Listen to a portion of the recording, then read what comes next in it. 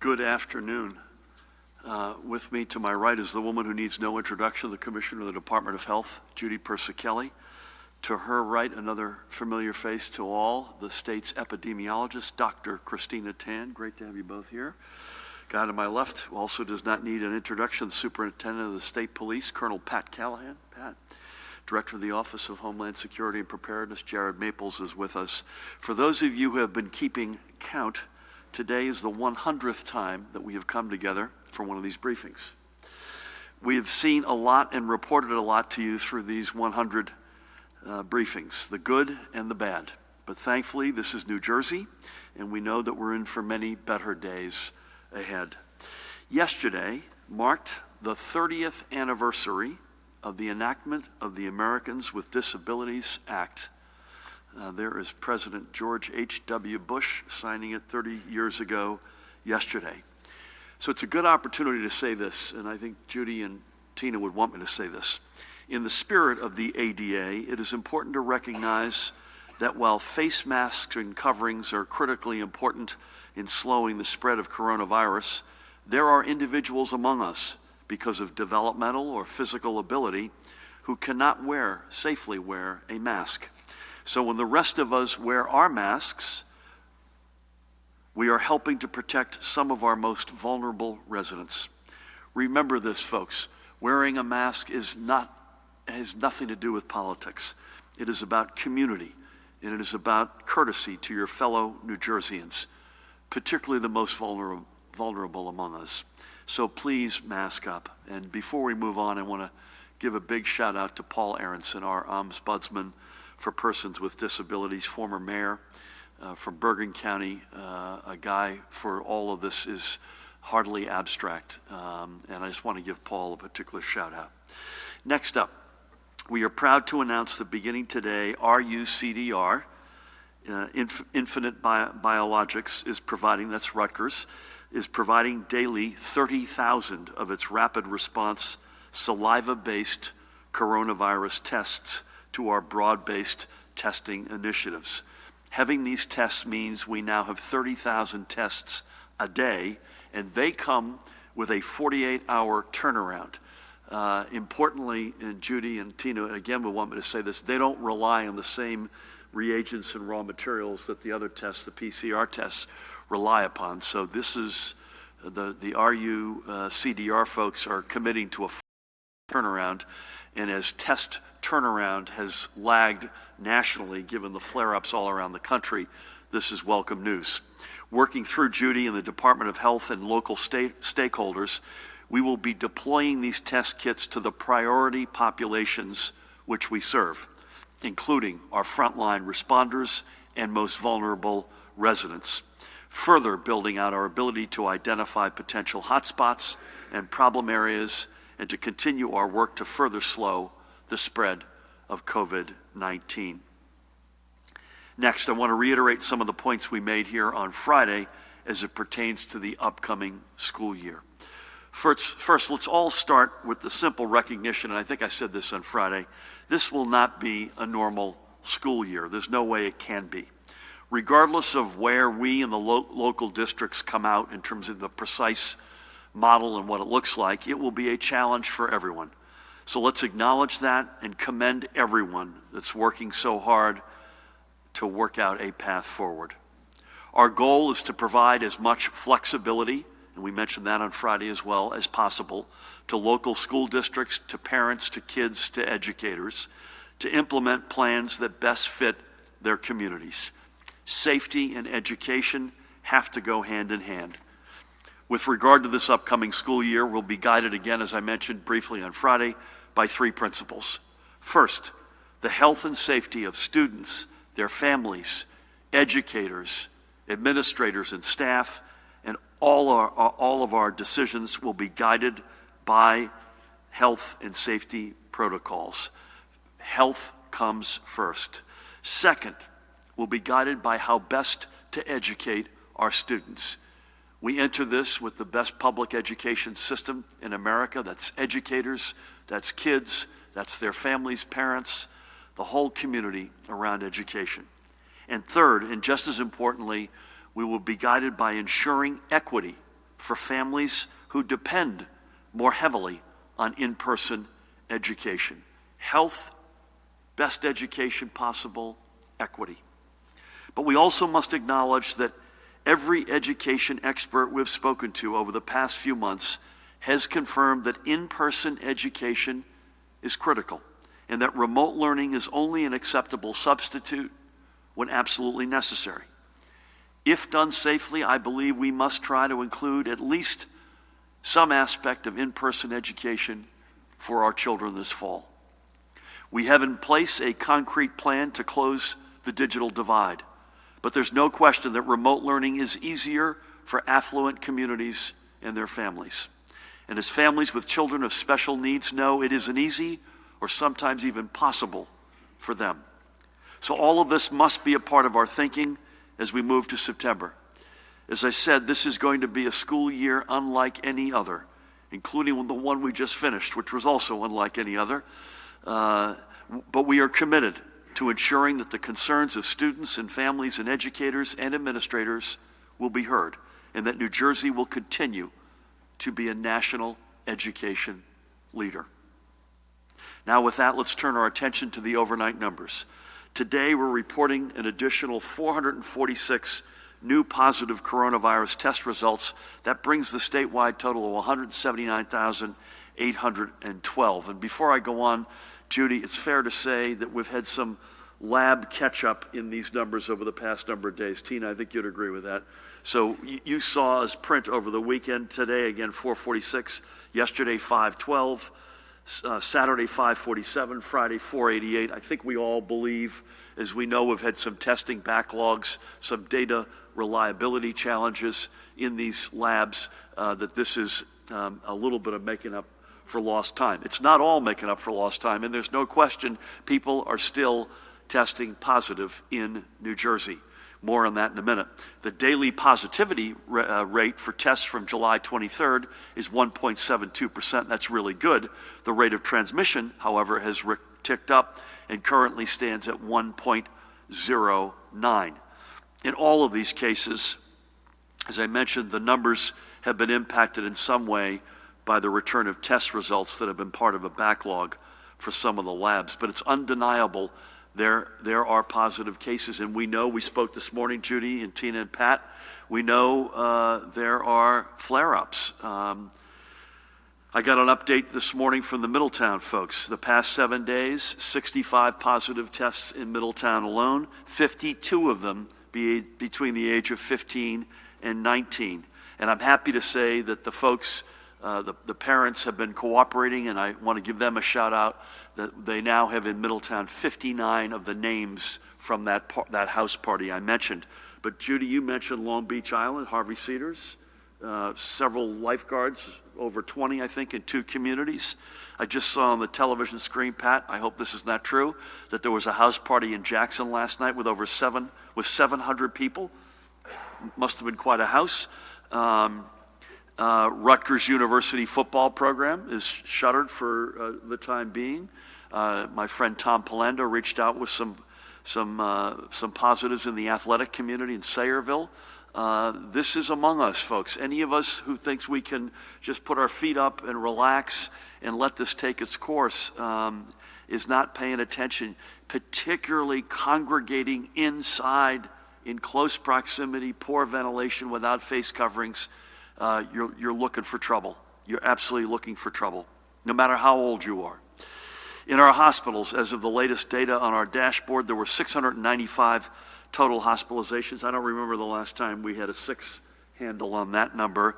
345, Judy, of that 695, tell me, I think you agree with this, were known positive COVID-19, another 350 as persons under investigation, pending the return of their test results.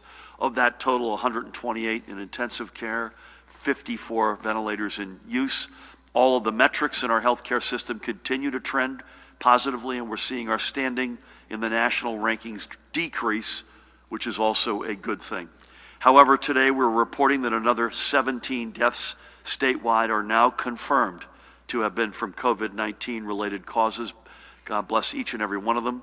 But of that 17, only 2 occurred in the last 5 days.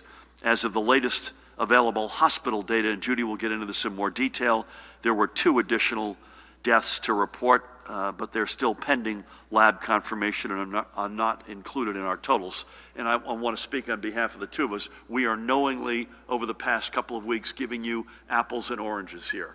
So we're presenting in that chart every day lab-confirmed fatalities, but we've begun, and Judy's been really good at this, giving you a window just to give you some sense how many deaths we've been seeing over the past 24 hours in our hospitals, which is a real time. Those need to be confirmed still, and they will be reported down the road at some point once they're confirmed.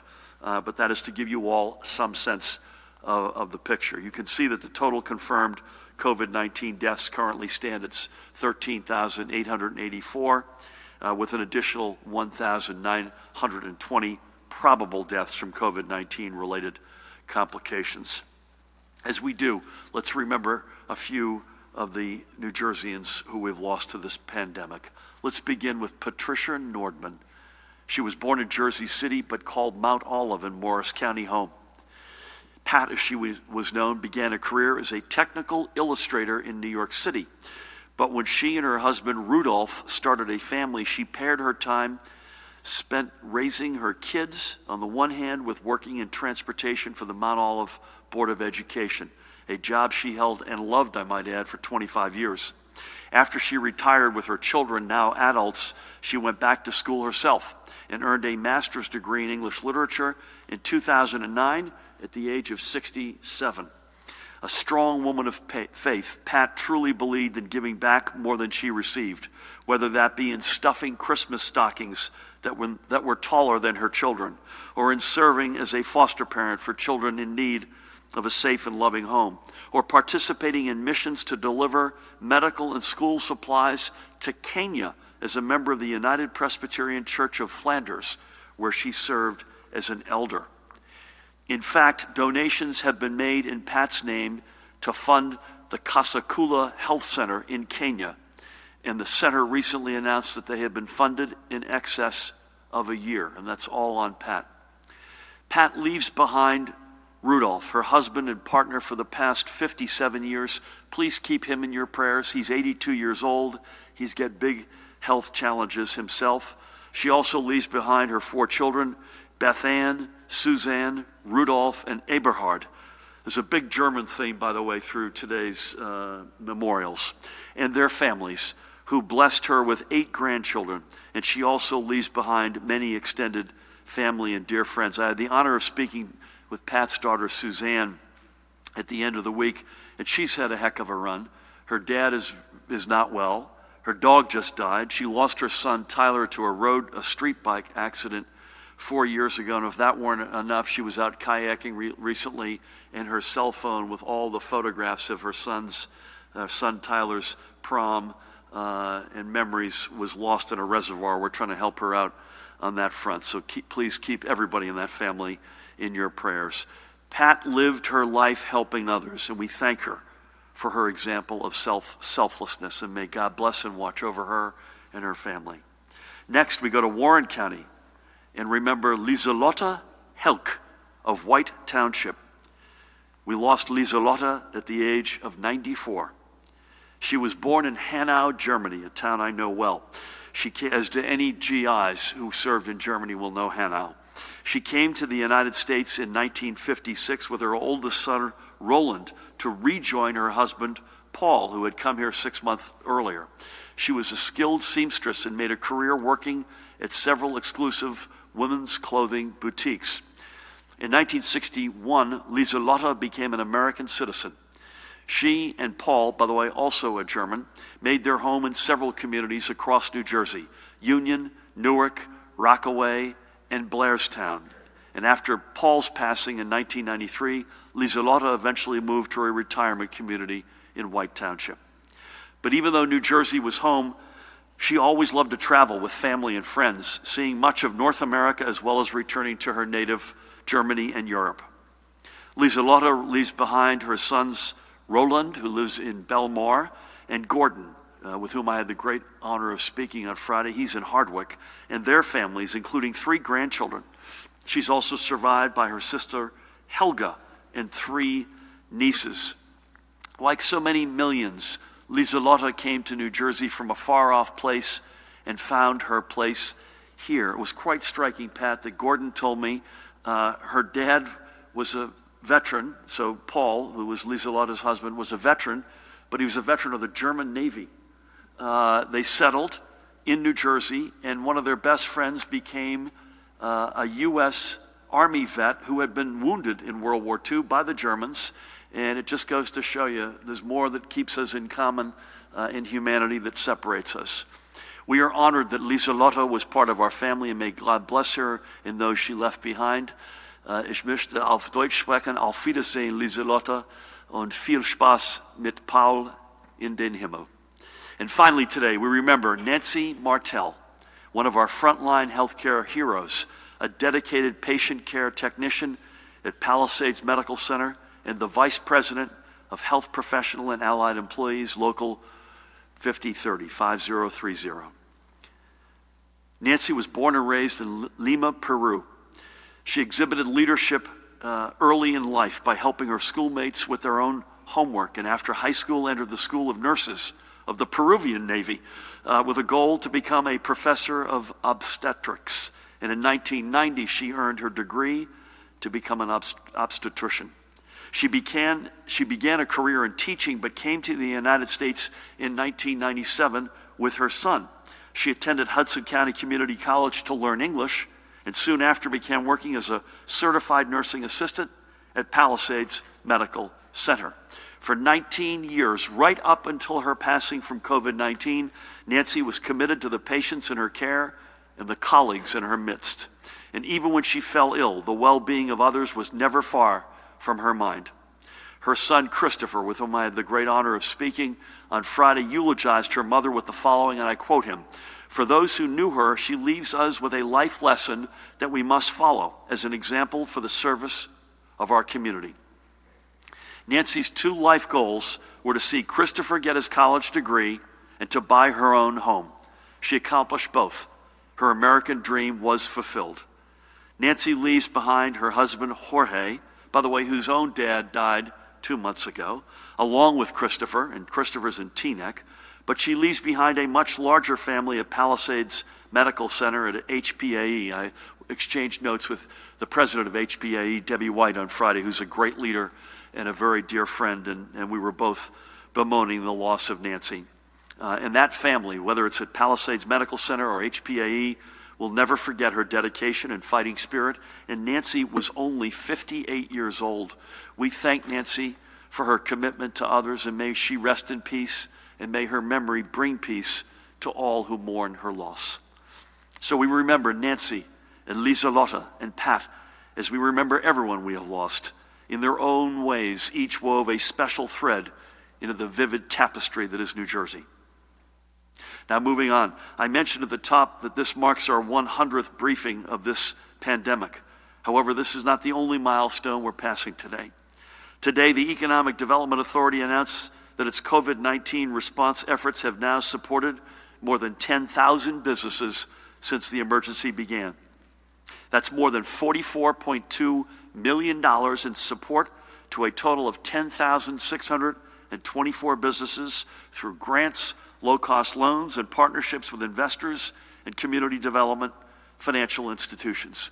These programs have provided a lifeline to many small businesses as we navigate how to reopen and conduct business while continuing to prioritize public health.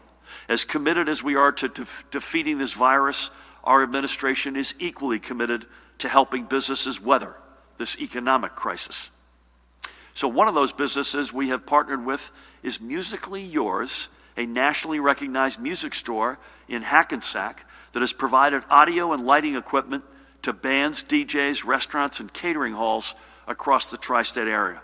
And for the past 30 years, it has been owned and operated by Edward Decker, and that's Edward, with whom I had the great honor of speaking on Friday, and those are his daughters, Madeline and Chloe. When COVID-19 hit and stages across the region went dark, Musically Yours closed for almost 2 months. But thanks to the EDA, Ed was able to secure more than $90,000 through an interest-free loan as well as a grant. to help cover short-term costs, to pay his rent and utilities, and keep his employees on the payroll. Ed is also redesigning Musically Yours store, rebuilding its website and retooling the rental department so when his clients are back in business, he'll be better equipped to serve them.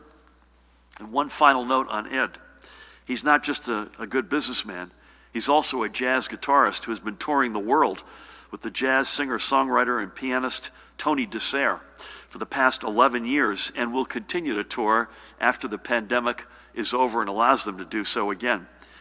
Ed recently recorded a CD, Dear Mr. Pizzarelli, which he dedicated to his mentor and fellow New Jerseyan, the great Bucky Pizzarelli, who passed away on April 1st due to complications of COVID-19. And by the way, we eulogized Bucky some number of months ago.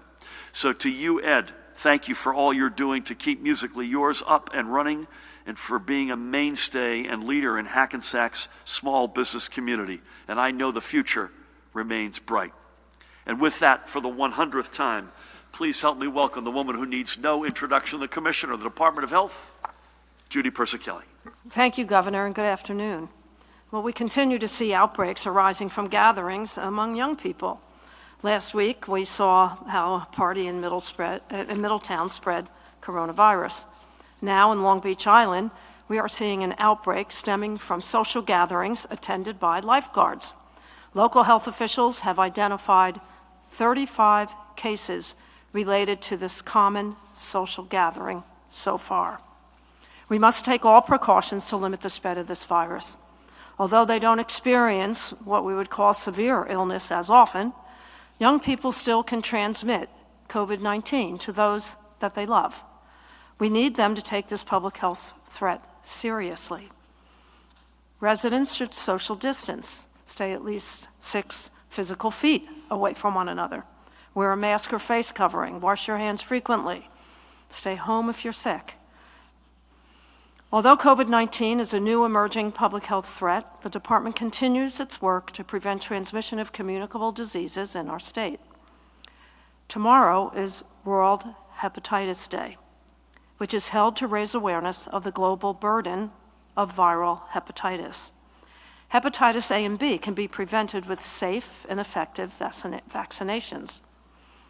While there is no vaccine to prevent hepatitis C, there is treatment available, and it is curable. There are steps individuals can take to prevent transmission of Hep C. This includes never sharing needles, syringes, and other injecting equipment, and using condoms consistently and correctly. Universal screening for Hep C is recommended regardless of your risk factors. It is also recommended that pregnant women are tested for hepatitis C during each pregnancy. It is critical that all healthcare providers talk with patients about their risks for hepatitis and the steps that they can take to protect themselves. Moving on to my daily report, as the governor has shared, our hospitalizations are at a low of 695. There are 128 individuals in critical care, and only 42% of those critical care patients are on ventilators. There are thankfully no new reports of multisystem inflammatory syndrome in children, for a total of 55 cases in our state. The children affected have either tested positive for the active COVID-19 infection or had antibodies that were positive. In New Jersey, there are no deaths reported at this time. The ages of the children range from 1 to 18. 2 children are currently hospitalized. The breakdown of race and ethnicity of these cases is white, 14%, Black, 33%, Hispanic, 43%, Asian, 6%, and other, 4%. The governor reviewed new cases and deaths reported. In terms of the race and ethnicity breakdown, the white is 54.1%, Black 18.3%, Hispanic 20.3%, Asian 5.5%, and other 1.8%. Of the 17 newly reported deaths, 6 are associated with long-term care. 2 have occurred within the past 2 weeks, and 4 have occurred totally in July. Our hospitals reported in the last 24 hours, ending 10 p.m. last evening, a total of 7 deaths. The prior 24 hours, they reported 6, and prior to that, another 6.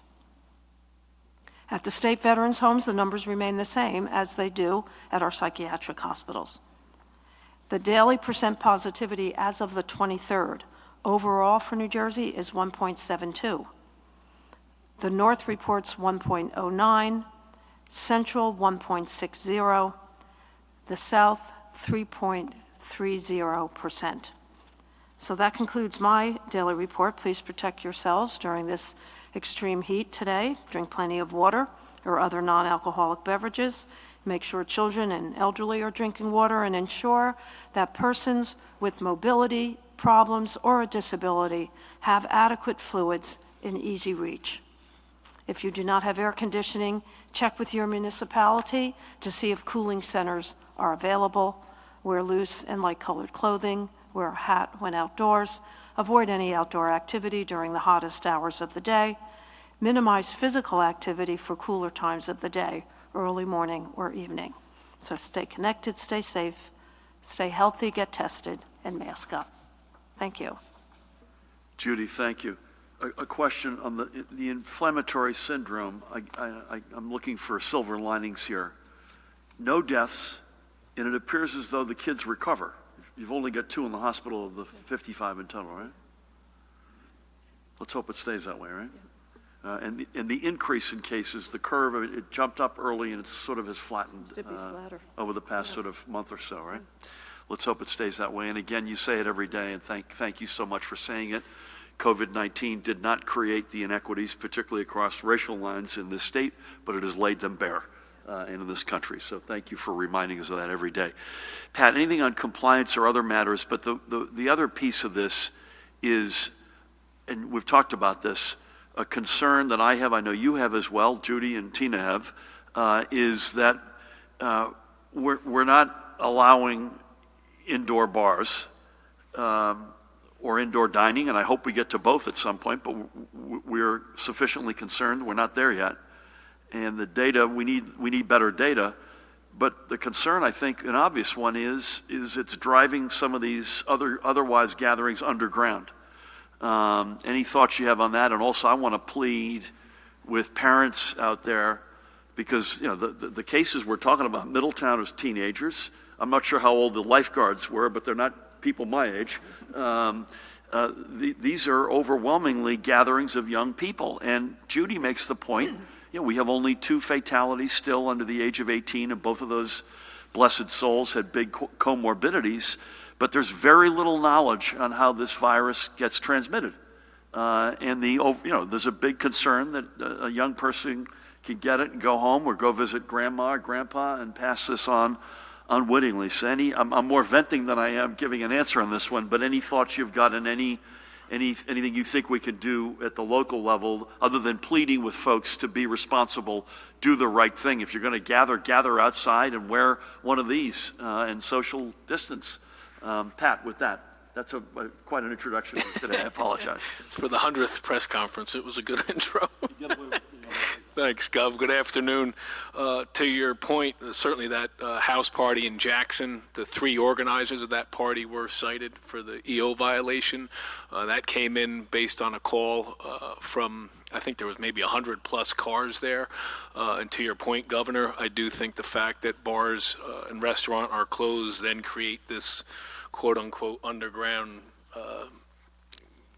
situation, which is certainly not one that we want, because to your point as well, the young people, even if you're asymptomatic and you're positive, the fact that you can transmit that to your family members, certainly one that concerns us. Another EO violation just over the weekend, the gym owner in Belmar was cited for contempt for failing to remain closed as per the Superior Court judge's order. In the heat, we're looking at a hot week. I think a heat advisory is in place till tomorrow night at 8 o'clock. So I know, to Commissioner's point, keep an eye on one another. The only bright side is that DOT isn't brining the roads for the first time in a long time. So other than that, we're keeping an eye certainly on the East Coast as well with regards to tropical storms and depressions, Gov. Thank you. Pat, thank you. And 211 is the place to go for a cooling center? That's correct. Okay. 211, either email or call. Again, I want to just hit this point one more time, and then we'll start over here, Dante. First of all, I want to, before I forget, we will be virtual tomorrow. We'll be with you electronically. We have a White House call tomorrow, and then we'll be back with you, unless you hear otherwise, at 1 o'clock on Wednesday. I just want to make this point that we've just hit, several of us have just hit. We're begging you to please be responsible at your own home if you've got a gathering. And what's responsible, by the way, we don't condone underage drinking or anything illegal, but my comments right now are not related to that. Don't congregate indoors. I mean, I know it's hot, but the good news is it's hot. You can do this outside. If you're going to have a group over, gather in your backyard. Wear face coverings, please. Don't be on top of each other. If you do that, we'll probably be okay. It's not that you can't gather. In fact, we have an outdoor gathering limit of 500 people. We've seen countless towns do their graduations and do it really well. We're seeing overwhelmingly good behavior at beaches and parks. So we're not saying you can't gather, but it is literally irresponsible. You're playing with fire if you gather indoors without face coverings, without social distance, in close proximity. There's no good that will come from that. And we've now got examples, to say multiple, under states and up and down the state where that has led to outbreaks. So please, I'm asking parents, we're asking kids themselves, it's okay to gather, behave yourselves, but that's not the purpose of this remark.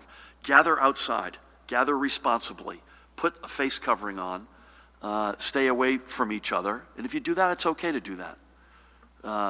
But the opposite is not okay. So with that, Dante, good afternoon. We'll start with you, Matt. Good afternoon. From Dan Munoz, Governor, is the state's unemployment system prepared to handle what will likely be a sudden change in unemployment, such as a $600 a week going away or getting lowered? Are you concerned that it will be too much for the antiquated system, and what's being done to prep the system? Curious if you have any reactions to Rutgers quarantining the football program over the weekend. Will it spur you to reassess sports-related guidance in any way? Is there any chance at all that you see indoor dining resuming before schools reopen in the fall? When you pulled the plug on indoor dining, you said it would likely be a matter of weeks, not months. We're approaching a month. And lastly, I just want to get your thoughts. I mean, are you concerned about the what looks like a significant jump in the uptick of the rate of transmission? I know that you cited labs, but do you think it's more of the lab or, these new clusters that we're seeing? Yep. Is that it? On Dan, I would rather wait if I could get Rob Acero Angelo to answer that. Mahan, where are you? Could you get Rob connected with Matt? I will use this. So the answer is I assume we are prepared for that because there could be a sudden shift as early as this Friday. But you've given me an opportunity to tee off, so allow me to. To leave individuals hanging out there right now who are unemployed is probably the last thing we should be doing. To not fund robust testing, supplies, capacity, and continue to fund as a federal government matter right now is about the last thing we should be doing.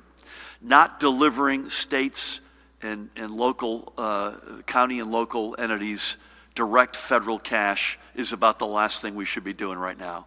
I had good conversations yesterday with Speaker Pelosi, today with Leader Schumer, but the fact of the matter is I believe the Republicans are dropping today, Matt Plotkin, am I right?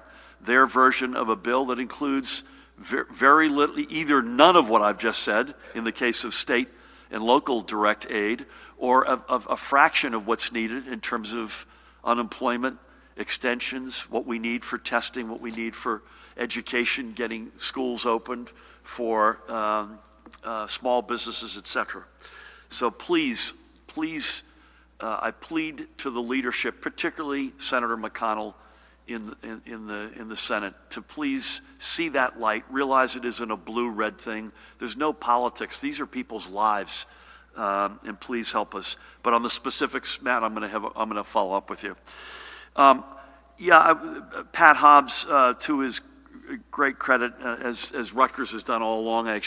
Pat and I spoke. Greg Schiano and I had an exchange. I don't want to get out over my skis here, but I believe that the incidents had nothing to do with athletic activity, and so it does not. I'll speak for myself personally. It does not change my personal assessment of whether or not we can go ahead with fall sports, because I don't believe it was related to any of the athletic side of it. If that's wrong, I'm sure Rutgers will correct the record.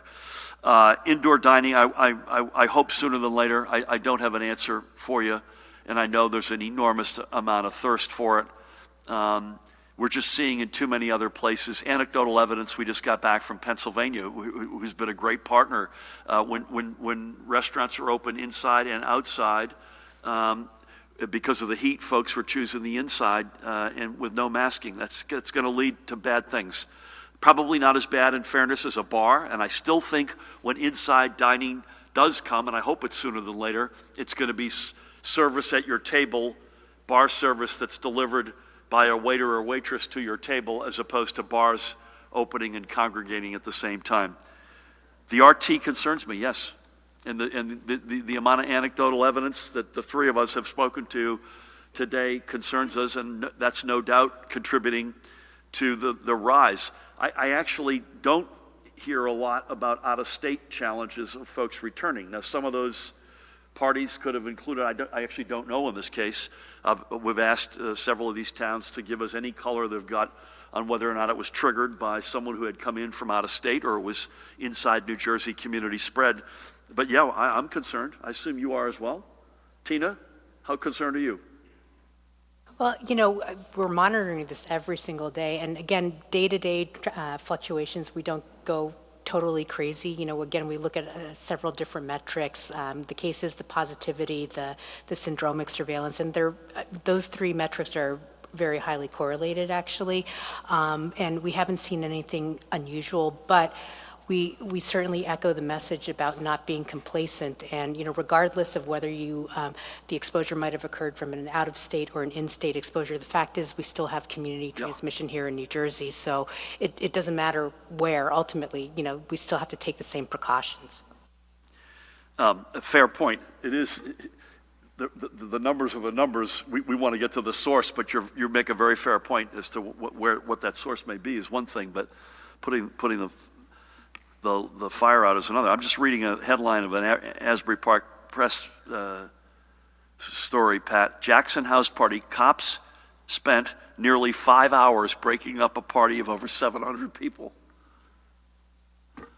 Come on, folks. Come on. Not, by the way, putting the health of the police at risk here as well, right? Which we talked a lot about early on. We haven't talked as much about lately. That's needlessly putting men and women in uniform and their personal health and their family's health at risk. Thank you. Matt, we'll get back to you on that first one. Dustin, good afternoon. Good afternoon. I just want to drill down on indoor dining, since that's an issue that... On what, sorry? Indoor dining. That's an issue that you just acknowledged is of widespread interest. When you compare the metrics today to what you cited on June 22nd when you announced that you would allow indoor dining, all are lower except for the rate of transmission.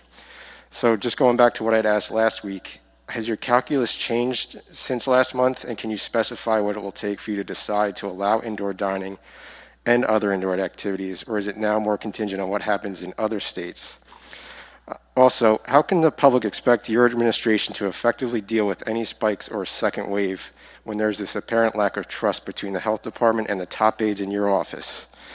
Are you considering allowing school districts and not just parents the option to do remote learning in the upcoming school year? And do you have any update on what revenue raisers you're looking for in the next budget? Thanks. On the last one, no update. But as I mentioned here earlier, assume everything is on the table. I don't expect districts will come back with an all remote option. I'm not saying we wouldn't consider it, but we explicitly have put that out on Friday to give more flexibility to districts and to parents. And by the way, that addresses, I think I mentioned this Friday, it indirectly addresses another concern that I know educators have rightfully raised, and that's capacity and density of how many kids you have in a classroom. So if you've got some amount of flexibility for parents who can afford it, by the way, remember equity is one of our principles here, that is a positive factor. I don't accept the premise of, I'm going in reverse order, sorry, the premise of your question that there's a lack of trust. I just reject the premise and therefore won't answer it. There's an enormous amount of trust. Indoor dining, you said with the exception of that RT is higher. I don't have June 22 in front of me, but I accept that that's the one that's higher. But that is a little bit akin to asking Mrs. Lincoln, other than that, how was the show? RT up is bad. And do other states and the experience they're going through, I mentioned the Pennsylvania anecdotal evidence, where people are gathering inside, the house parties inside, other states, Arizona, Texas, Florida, California, that does still weigh on us because we know it's overwhelmingly coming from inside activity.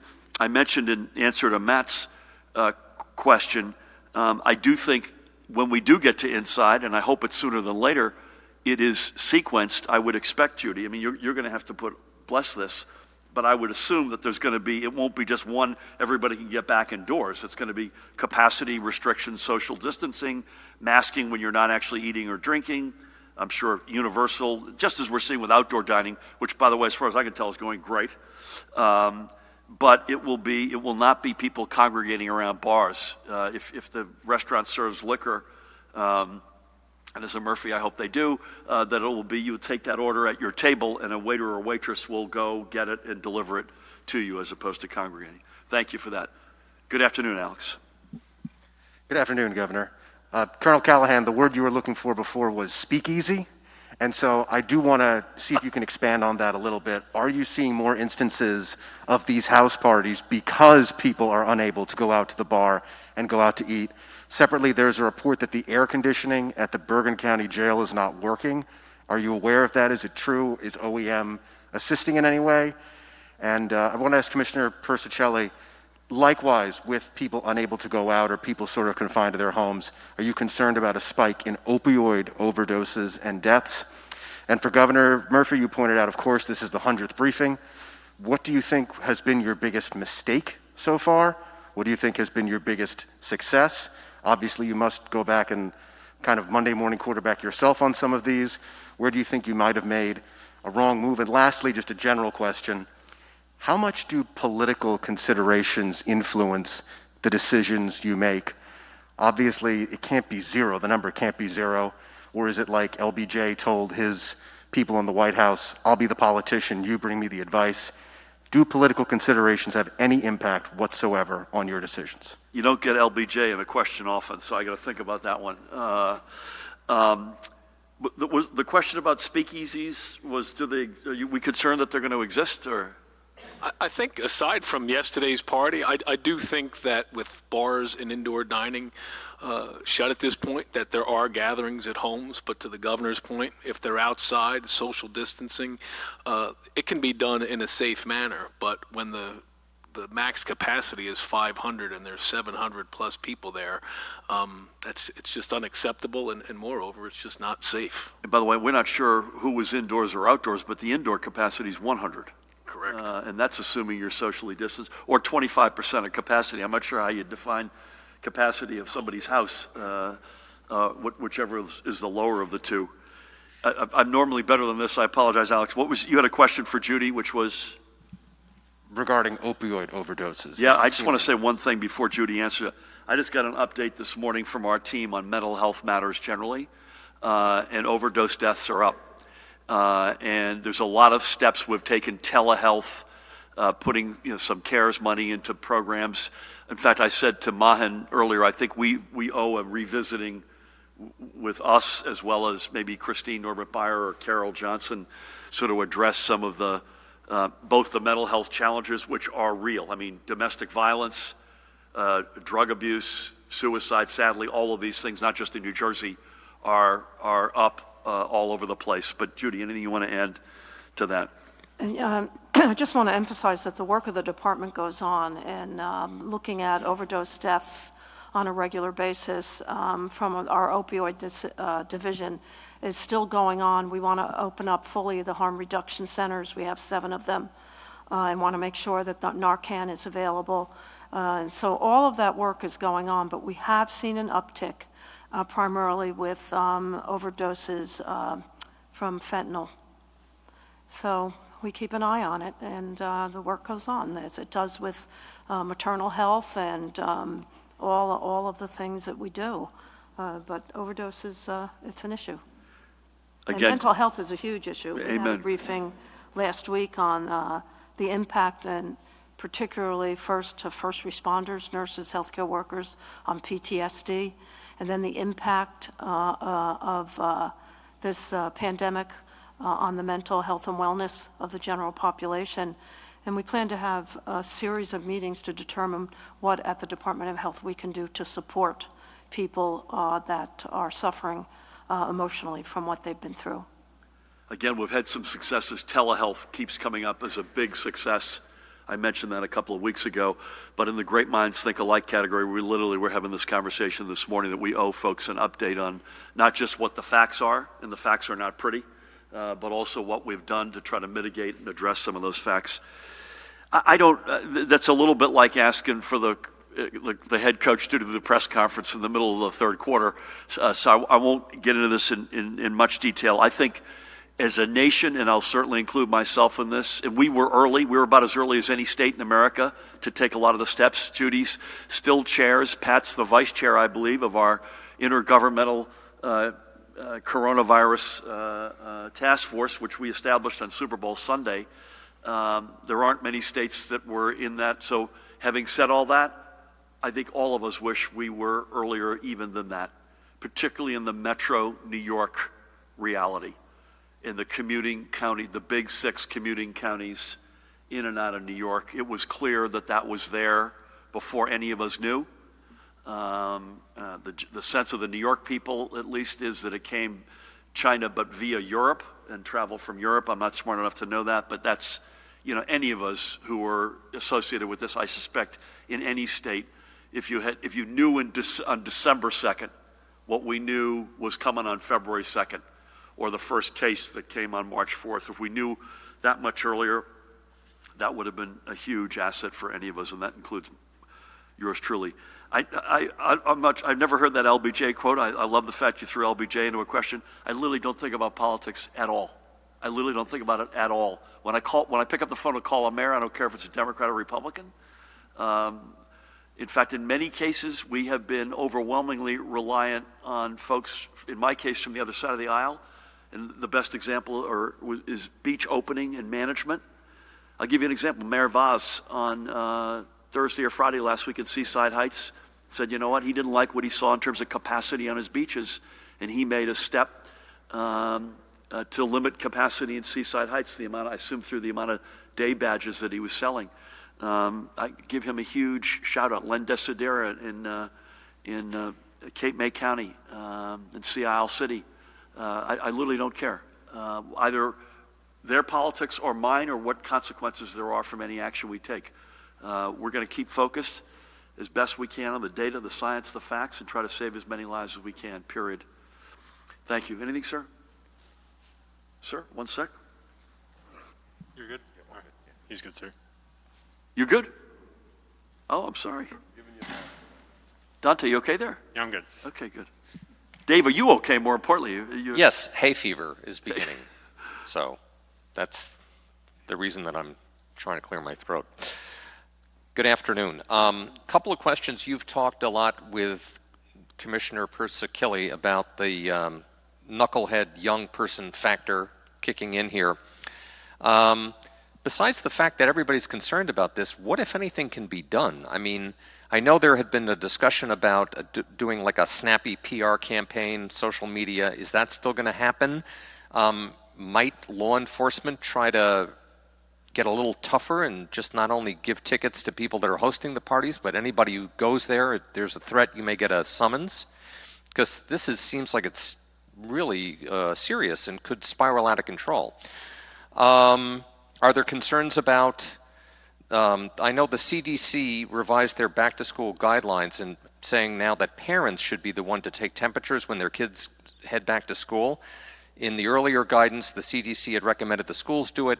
I believe our idea here, Governor, is that we're going to ask the schools to take the kids' temperatures, but what should parents be aware of, and what should they be doing and thinking about if the kids are heading back? And a tie into that as my last question here, at what point might we have to cancel the in-person schooling, if there is a flare-up and so forth, and has there been any discussion about childcare? Because a lot of these, especially lower-income families, can't afford to not go to work. So if the kids are doing at-home schooling, like what's going to happen if the parents have to go to work? And I think that's it. Thank you. I hope you get over the hay fever. Listen, I think it's a combination of things, Dave. This is the first question, knucklehead, or as Pat will want me to say, wingnut behavior, second place finisher. I think it's a combination of things. It's moral suasion. It's using our bully pulpit, open-minded to some public campaign. Law enforcement, you saw it in Jackson. They did break it up. They got a complaint. They went. The fact that it took them 5 hours to break a party up is somewhat unfathomable. That gives you an idea how big that party was. We just plead to both adults and kids. There's a way to do this, and there's a way not to do this. I think that probably just because we know the specifics, there's probably overwhelming compliance with doing it smartly, right? Because otherwise we'd be talking about 10 or 20 of these a day, and we're not. But I think it's a combination of all that, including law enforcement, having to probably turn it up a notch. Most importantly, parents and kids thinking about this the right way, doing the right thing. Again, outdoors, wearing a face covering, socially distant. I'm not condoning underage drinking. Put that aside, though. Socially distant, wearing face covering, washing hands with soap and water. Don't show up if you're not feeling well. It's fairly straightforward, and it's easy for us to say that in July. That'll be harder to execute in December. And God willing, we're in a better place, a meaningfully better place as a public health matter by December. I haven't read the CDC guidelines in great detail. There's a general sense that they're less stringent than their original version. And I'll leave the politics out of that, but that's sort of the general sense. And I think, Judy, you want me to remind everybody that while temperature is a frequent symptom, it's not always a symptom, particularly somebody who's completely asymptomatic. So I think we're going to wait here over the next, we're going to start, the district plans are going to be produced now over the next, or being produced, but they'll come out in the next week or so. Let's defer on that till we see it. And you raised what happens if, what's the protocol, and this is something that is also being hotly discussed with districts. What's the protocol if you do get a positive case? And what does that look like in terms of the stresses that you rightfully point out? Because this is one of these things where the hip bone's connected to the thigh bone. You've got, and again, that's why it's health, education, and equity are our three principles here. And around that, flexibility. And I say equity because, in your very good question, Dave, you've got a lot of parents who are not sitting at home with at least one of them able to afford to be there. That rely much more heavily on in-person education, and we cannot forget that. That's why we say often that two school districts are exactly alike. But to cut through it, there's huge gaps between suburban and rural, and on the one hand, and urban on the other. And so that's, bear with us, because we're all trying to, I know at the district level, and we are at the state level, I think this is country, if not world level, folks trying to figure out how all that works. If you shut down, how much do you shut? How long do you shut? Where do the kids go? What happens to mom and dad who are both working full time? None of that's easy, so bear with us on that front. With that, I'm going to mask up. We had thought about wearing sort of see-through masks for persons with disability who can't speak or can't hear. And if that's all you've got, and I'm speaking particularly to those communities, then it's better than nothing. But I think, Tina, in fairness, it's not nearly as efficacious as the ones that are actual face coverings, right? Yeah, they're currently recommended right now for certain groups, like school and other settings where it will be important to have that type of communications, but it's generally not recommended for most. Again, in some cases, you've got no choice, and it's better than nothing, but general use, and you reminded us, Judy, a couple of weeks ago, just those shields you see a lot of people wearing, that's fine, but you need one of these under the shield. And by the way, in combination, that's even better than one of these, so we like that, but one without the other. So Judy and Tina, thank you. Pat, Jared, Matt, Mahan, the whole squad, Dante. We'll be with you virtually tomorrow. We'll be with you live, unless you hear otherwise, at 1 p.m. on Wednesday. Again, overwhelming thanks for what everyone is doing and doing the right thing by the millions. We want to get indoors, trust me, believe me, we do. But we got to do it right at the right moment, the right configuration. I just want to plead one more time to parents and kids, don't congregate inside. Please don't do that. If you're going to gather, get outside. Wear a face covering, stay away from each other. If you do that, the chances of your getting hit by this virus go down dramatically. It's not to say it can't happen, but it's not likely to happen. But Judy, if you're inside right now and there's no ventilation and it's packed and you're not wearing one of these, good luck. Please, folks, don't do that. Thank you all. God bless.